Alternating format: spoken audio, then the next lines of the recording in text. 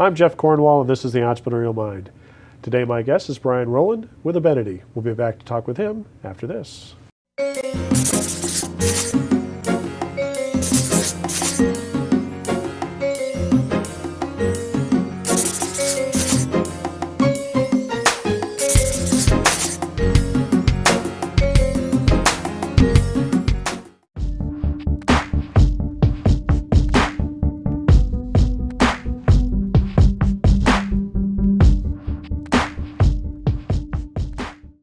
Welcome, Brian.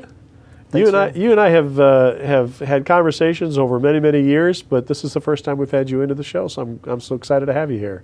Yeah, well, thanks for having me in. So talk a little bit about what you guys do. You guys are basically a benefit company for larger employers. Is that a good way to describe it? Yeah, that's a good way. We help large groups supplement their benefits with perks and discount offers.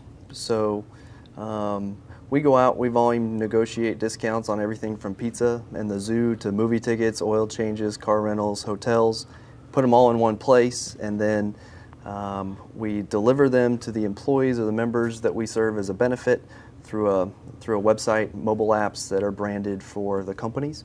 So if you're an employee of HCA Healthcare in town, then you've got our app on your phone most likely. And as you're driving down the road, you'll get a pop-up by the Regal movie theater saying, hey, you can save 30% over here and barbecue down the streets, $5 off 20 or more, and Quiznos, free chips and a drink, and that kind of thing. So this is a subscription-based service that you do for the employers. By and large, they're just paying you to go out and negotiate this bucket of discounted services. Is that right? Yeah, that's right. So we've taken a different approach in our industry. I went to Belmont, right. But I've never had the fortune of having you as a teacher, though. That's maybe we'll get you back for a master's someday. How's that? Yeah, that'd be great. I was on the music business side, and I didn't know what to do out of school, but I learned I didn't want to do music business, so I took a job selling cell phones. Right. And cell phones led me to say, how in the world am I going to come back with the number of phones I need every month to keep my job? Right. So it was like don't come back until you have 30 phones. Right. So the first thing I did, I called Anthony Donovan over in Residence Life, and I said, hey, you've got a bunch of parents coming in. Can I tell them about what we do to see if I can help their kids get a cell phone? Right. So I did that. That worked great. I hit quota that month, my first month, 30 phones, and I did it making phone calls from the pool at my apartment complex. So I'm like, this is awesome. And then September hit, and I was like, I had to do it again. Had to find 30 more phones. Right. So what I learned was employees of large companies get discounts off their cell phone bills. So I went down to the Pepsi plant, and I'd set up in there, and I'd say, hey, as a benefit of being a Pepsi employee, you get 23% off your monthly rates. You want to get a phone. Right. Started selling phones that way, driving around town, getting signatures on paper contracts. Found out it was a lot more efficient just to go ahead and connect my way up to the right person in human resources and get an email to them that they'd forward out to all the employees. Right. So that started working. And the employers like this because it helps with retention. Well, it's a discount that the company already had negotiated for their employees, and it was just a matter of how do we get it out. Right. And a lot of times the procurement department at the company comes up with the discount for the employees, but it's HR's job to communicate it out, and there's just this gap in between where that doesn't happen. Right. So as I was selling these phones, I was trying to replace that gap just for Sprint. Ended up finding that calling folks made a big difference, so I ended up working my way into Northrop Grumman, H&R Block, the Walt Disney Company, the U.S. Army.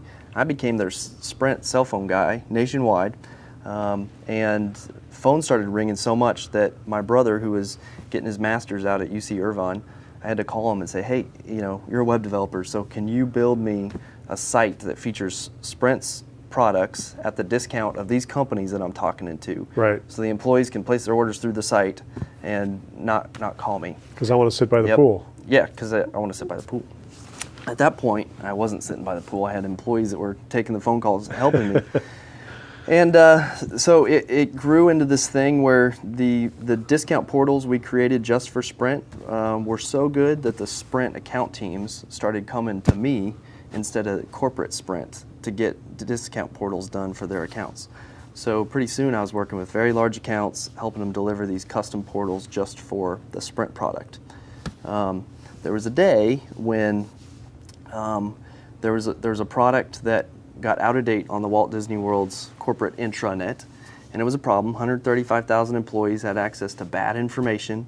HR's like, well, I'm sorry, I can't do anything about it. We just got it up there, and IT's got 100 other higher priorities.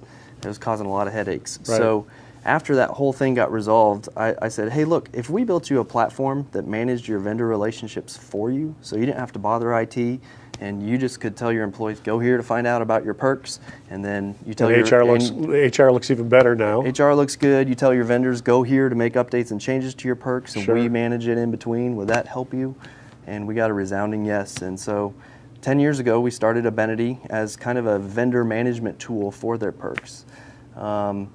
And first 3 customers were Oracle, Walt Disney World, and the U.S. Army.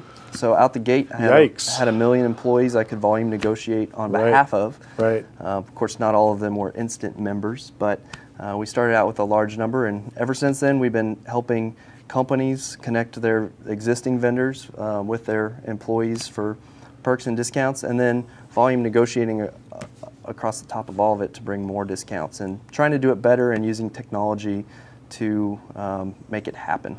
And you've bootstrapped this thing the whole way through, haven't you? Yeah, we didn't have a choice, and we didn't have a need otherwise. I've always said that my brother, who went in on this with me 10 years ago. I hope you gave him some equity in the deal.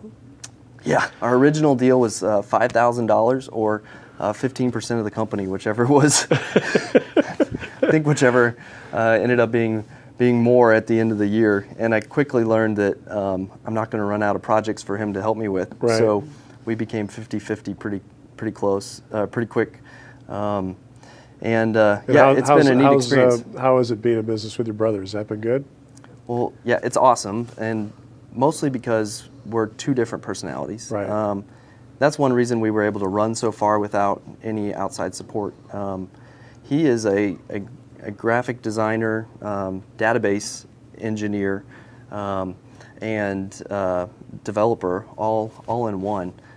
So what it takes, usually companies will hire 3 different people to do what he can do. And your so website he got us through those your first 5 website's years. always looked really good over the years. Thanks. We work hard to do that. So he's the tech guy and you sell. And I was the sales, marketing, biz development guy. Yep. A marriage made in heaven there. That's good.